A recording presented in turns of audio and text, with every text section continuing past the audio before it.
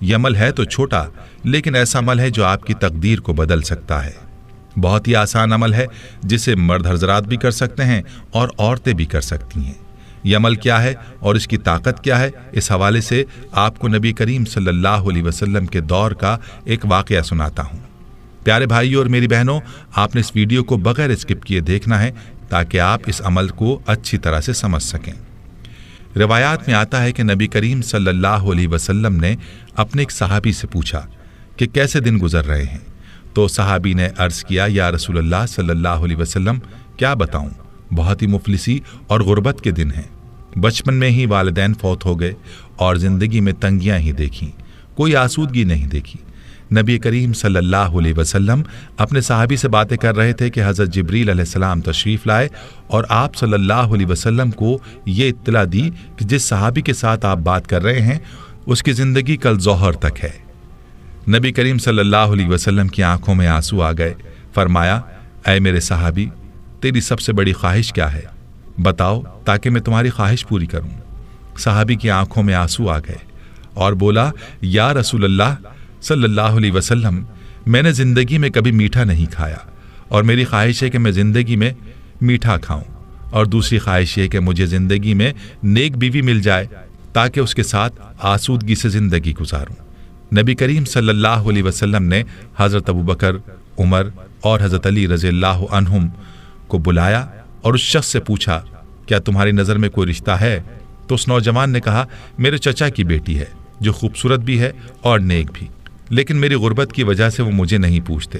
تو نبی صلی اللہ علیہ وسلم نے اس کے چچا کو بلایا اور فرمایا کہ تم اپنی بیٹی کا رشتہ اس صحابی کو دے دو جو تمہارا بھتیجا ہے، اور فرمایا کہ میں نے اس کا نکاح تمہاری بیٹی کے ساتھ کر دیا ہے۔ اب اللہ کے نبی صلی اللہ علیہ وسلم نے صحابی سے کہہ کر اس صحابی کو شادی کا انتظام کروایا اور حضرت ابوبکر صدیق رضی اللہ عنہ سے فرمایا کہ اس کے لیے میٹھا پکوائیں تاکہ صحابی کی میٹھے کی خواہش بھی پوری ہو سکے۔ یوں صحابی کی شادی ہو گئی۔ اس صحابی نے اپنا مکان پیش کیا۔ وہ صحابی اپنی دلہن کے ساتھ اس گھر میں چلے گئے۔ ان کو ضروری سامان بھی دے دیا گیا اور میٹھا بھی ان کے لیے پیش کیا گیا۔ اللہ کے نبی صلی اللہ علیہ وسلم نے ایک صحابی سے کہا، ظہر سے عصر تک اس گھر کے ارد گرد رہیں، اور جیسے ہی رونے کی آواز سنائی دے تو آپ صلی اللہ علیہ وسلم کو اطلاع دیں۔ وہ صحابی وہاں موجود رہے، لیکن کوئی رونے کی آواز نہ آئی، بلکہ خوشی اور ہنسنے کی آوازیں ہی سنائی دیں۔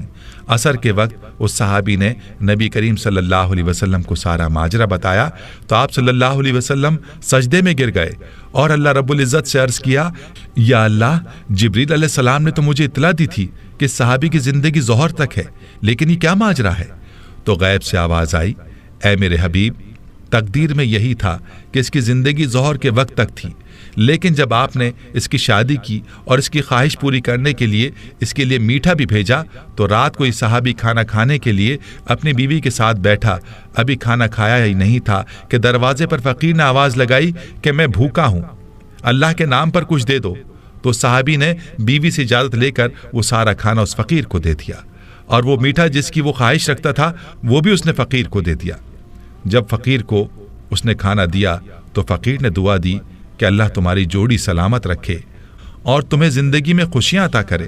تو میری عزت کی قسم، مجھے اس نوجوان صحابی کی ادا پسند آئی اور میں فقیر کی دعا کو ٹال نہ سکا، یوں اس کی زندگی کو میں نے بڑھا دیا۔ تقدیر کا لکھا یہی تھا کہ اس نے ظہر کے وقت مر جانا تھا، لیکن صدقے نے اس کی جان بچا لی۔ پیارے بھائیوں اور میری بہنوں، یاد رہے کہ صدقے میں اور دعا میں اللہ نے بڑی طاقت رکھی ہے۔ یہ دعا ہی ہے جو تقدیر کو بھی بدل دیتی ہے، اور صدقے میں بھی یہ طاقت ہے کہ وہ آفات اور آنے والی بلاؤں کو دور کر دیتا ہے۔ تو میرے بھائیوں، آج کا جو عمل ہے وہ صدقہ ہے۔ آپ نے اپنے مسائل کے حل کے لیے صدقہ کرنا ہے، اپنی پریشانیوں کو صدقے سے دور کرنا ہے، اور صدقہ بھی ایسا ہو جو کہ ضرورت مندوں کی ضرورت کو پورا کرے۔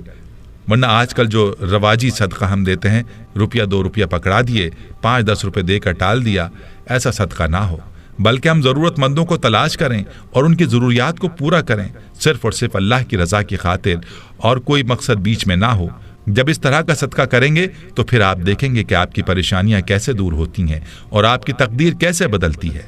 ہمیں چاہیے کہ اپنے ارد گرد رشتہ داروں میں دیکھیں کون ہے جو نادار ہے، جو مفلس ہے، اس کی مدد کریں، اور اپنے دروازے پر آنے والے فقیر کو ہم خالی نہ لوٹائیں بلکہ اس کی ضرورت کو پورا کریں۔